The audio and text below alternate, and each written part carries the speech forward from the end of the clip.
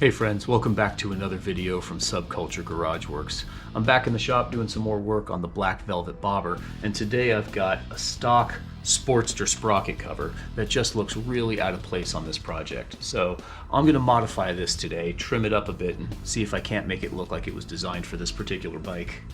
Now, I recently uploaded a video of the complete motor build for this project. If you haven't seen that video yet, I definitely recommend you check it out. There's a link to it in the description of this video. If you have seen that video, you might remember that I said something in the beginning about modifying the cam cover, chopping it up and reshaping it. The stock cam cover has extra material that starts here and extends downward to cover up the oil pump, and then here extending back towards the rear of the bike to meet the sprocket cover. The sprocket cover mounts here and extends forward to meet the cam cover, and the end result is this big rectangular shape that runs along the entire base of the motor. Honestly, I've never liked that design. The extra material doesn't serve any functional purpose. There are no mounting points for critical engine parts, and outside the cam chest there are no gaskets or fluids, so it's not like the extra material serves as a sealing surface. It just seems unnecessarily bulky, and it's something that I wanted to address with this project. Now, the motor for this project is a late model Sportster, but the entire bike really draws its inspiration from the early style Harley Big Twins. The generators on those early Big Twins mounted at the front of the motor near the camshaft, and a single kidney bean shaped cover went over top of the entire assembly. That cover is the slab that people refer to when they use the phrase slab side, and it has a very distinctive shape. In fact, that shape is so distinctive, it's really part of what allows those early Big Twins to project that vintage charisma that everyone seems to love. Now, a late model Sportster has the oil filter mount in the front of the motor, near the cams, very similar to the position of the generator on the early Big Twins. By trimming off the excess material around the cam cover, we gave it a shape that's very reminiscent of those early generator-style bikes, which really cleans up the motor as well as gives it more of a vintage appeal. This particular modification isn't new, people have been doing it for decades, but I've noticed with the rise in popularity of Sportster-based customs recently, a lot of builders are doing this more and more frequently, especially on those bobbers and choppers that are intended to have that more nostalgic look.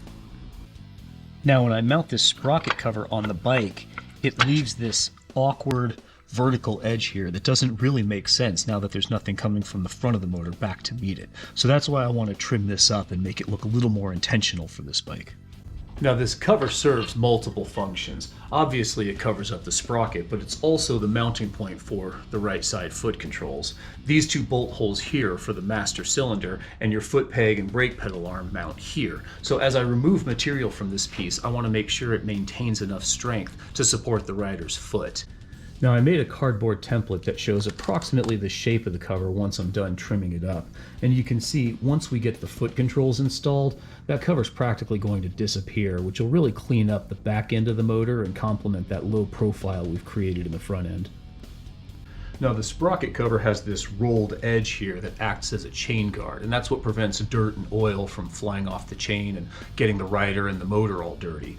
Since I'm planning on removing all of that material, I'm going to need to custom design and fabricate a chain guard that fits with the minimalist look of this bike. Since I've removed all of this material here, there are a couple of mounting points that aren't being used anymore. So my plan is to use some of those abandoned bolt holes to hold my custom chain guard, and it'll sit right above the chain just long enough to get the job done.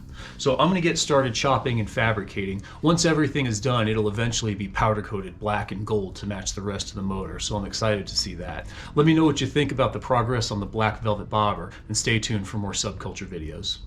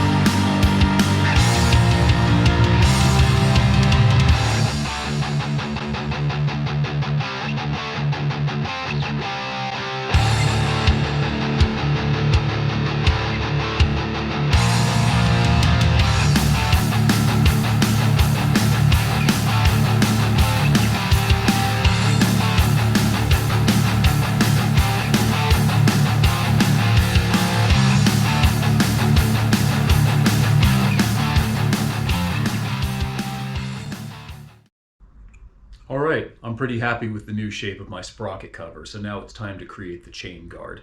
I have a strip of 20 gauge steel here, 12 inches long, inch and a half wide.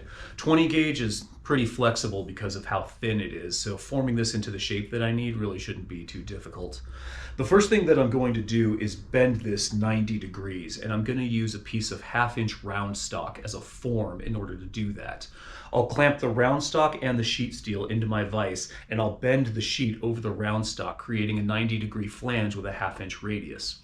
Once I have that shape, then I'm going to put it on my shrinker stretcher machine with the shrinker jaws installed. The way shrinker jaws work is by clamping down on the material and squeezing it together, bunching it up in one location. As I use the shrinker jaws on one edge of this piece, the part's naturally going to start to curve. So I'll use the shrinker machine to curve this to the same radius as my chain going around the front sprocket. Once I get that shape done and do a little bit of metal finishing, the only thing left to do will be to create the mounting tabs and then weld them to the piece.